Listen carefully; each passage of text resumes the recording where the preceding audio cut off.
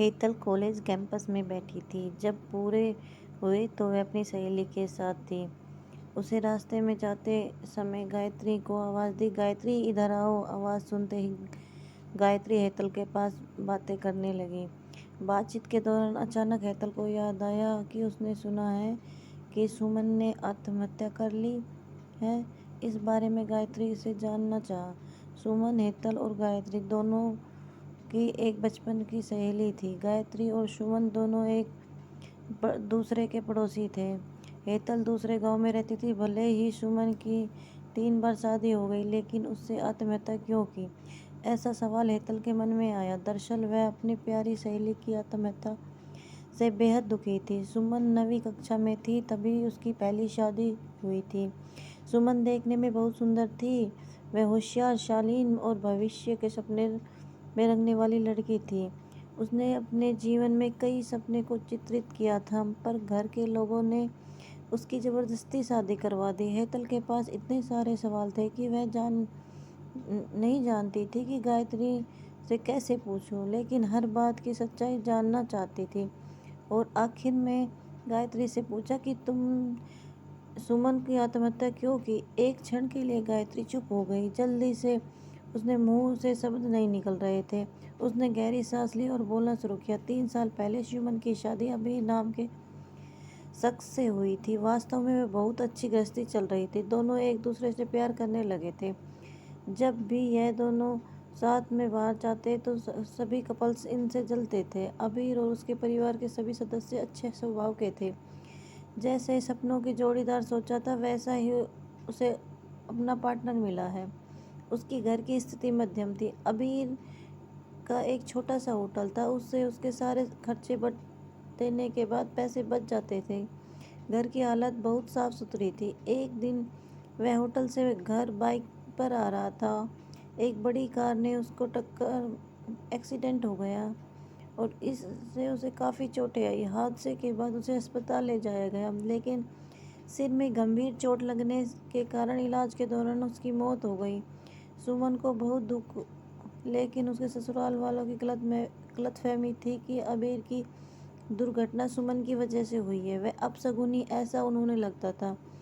उनसे कोई भी उसे समझ नहीं पाया। अबीर के जाने के बाद कुछ दिनों भीतर ही सुमन को घर से बाहर निकाल दिया। उसे घर से बाहर निकलने के बाद वह मायके गई। कुछ दिन मायके में ही रही, लेकिन आसपास के पड़ोसियों में चर्चा हो गई कि उसके माता पिता फिर से उसके लिए रिश्ता ढूंढने लग गए।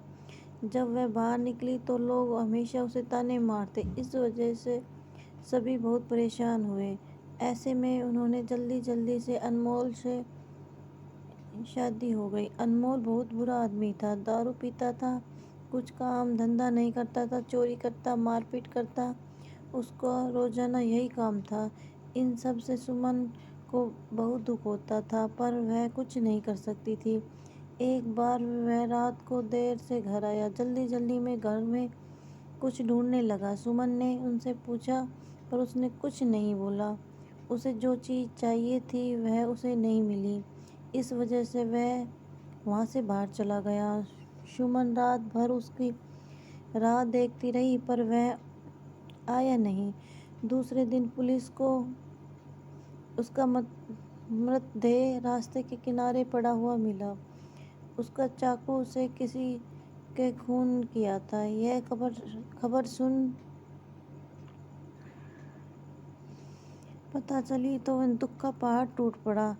कुछ दिनों तक वह अपने ससुराल में रही, लेकिन बाद में ससुराल वालों से भी उसे प्रताड़ित करना शुरू कर दिया। इस वजह से सुमन वापस मायके आ गई। घर आकर कुछ दिन ऐसे ही बीत गए। हर दिन आ रहा था और जा रहा था, लेकिन सुमन की स्थिति वही थी।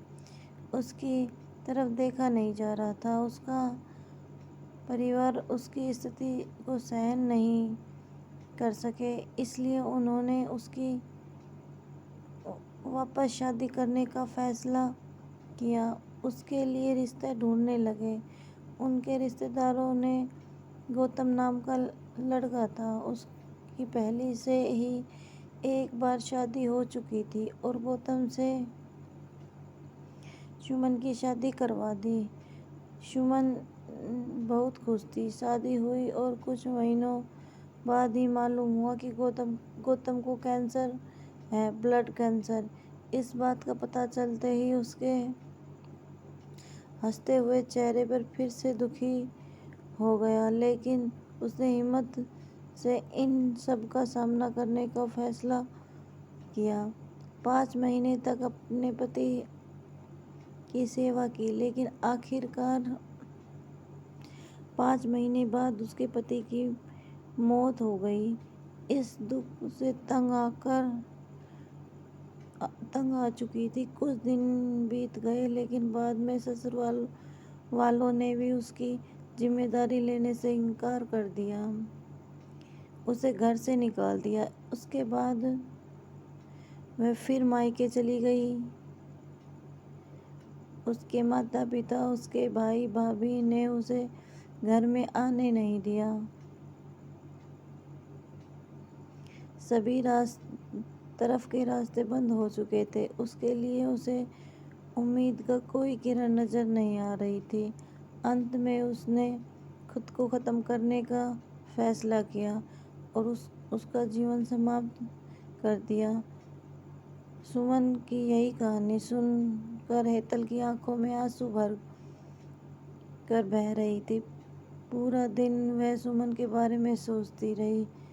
क्या इन तीनों घटनाओं में बेचारी सुमन का कोई भी दोष था?